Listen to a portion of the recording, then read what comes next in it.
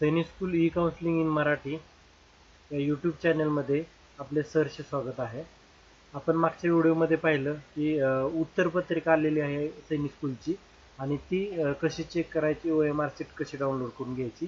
त्याच्यानंतर next process जी आपल्याला वेबसाईटवरती बघायला मिळेल की जेव्हा आपण पेसाची नवीन रजिस्ट्रेशनची ई काउन्सिलिंगची वेबसाईट ओपन करतो तेव्हा तुम्हाला वरतीच एक लेटेस्ट न्यूज दिसते ती म्हणजे करेक्शन विंडो.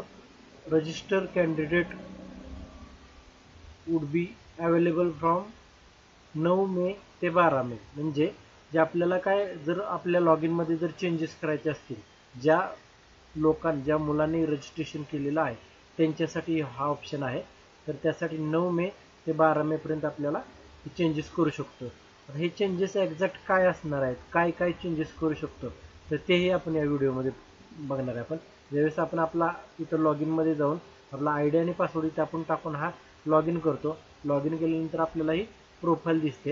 या प्रोफाईलमध्ये आपण करेक्शन विंडोवरती क्लिक केलं की आपली प्रोफाईल इथे दिसते.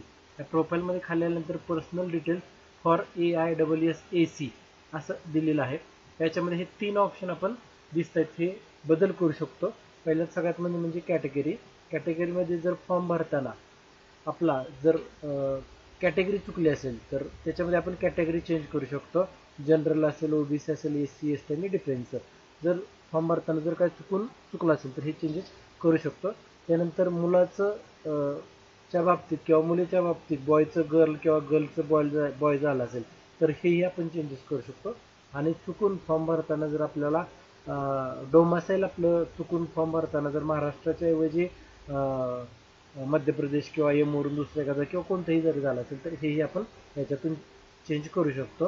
त्याच्यानंतर आपल्याला इथे डिक्लेरेशन द्यायचं आहे आणि सबमिट करायचं. सबमिट केल्यानंतर हा करेक्शन फॉर्म आपला सबमिट होऊन जाईल आणि त्याच्यानंतर जे काय असेल पुढची प्रोसेस ते आपल्याला नंतर इथं दिसून जाईल की ज्याच्यामध्ये आपला जो रिझल्ट येणार आहे तर तो रिझल्टही लवकरात लवकर आपल्या वेबसाईटवरती दिसून जाईल.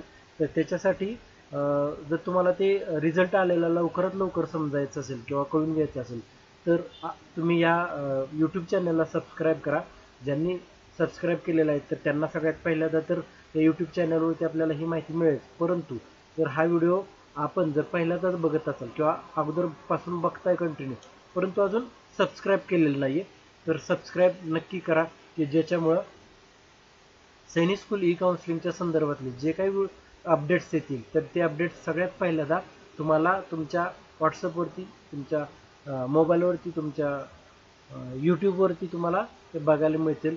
कदाचित मला असं वाटतं की महाराष्ट्रामध्ये ई काउन्सिलिंग आणि सैनिक स्कूलच्या ॲडमिशन संदर्भात मराठीमध्ये सविस्तर माहिती देणारा यूट्यूब चॅनल आत्तापर्यंत तरी माझ्या तरी बघण्यात नाही आलेला. तर माझा हा प्रयत्न राहील की सगळ्यात संपूर्ण माहिती ही सगळ्यात पहिल्यांदा तुमच्यापर्यंत पोहोचवणे हा राहील. हा माझा यूट्यूब चॅनल आपण बघतच आहात. परंतु जर आपल्याला आपल्या मुलाचं वैयक्तिक मार्गदर्शन पाहिजे असेल, जे ई काउन्सिलिंग प्रोसेस जी असते ती वैयक्तिक पाहिजे असेल प्रत्येकाला तरी माझ्या मोबाईलवरती व्हॉट्सअप नंबरवरती आपण आपला ॲडमिट कार्ड पाठवू शकता आणि त्याची पुढची जी प्रोसेस आहे ती मी तुम्हाला ई काउन्सिलिंग संदर्भात जे वैयक्तिक मार्गदर्शन आहे ते देऊ शकतो. तर माझा व्हॉट्सअप नंबर आहे 7558382627. तर याच्यावरती जर आपल्याला वैयक्तिक मार्गदर्शन पाहिजे असेल तर नक्की आपण आपला ॲडमिट कार्ड पाठवा. धन्यवाद.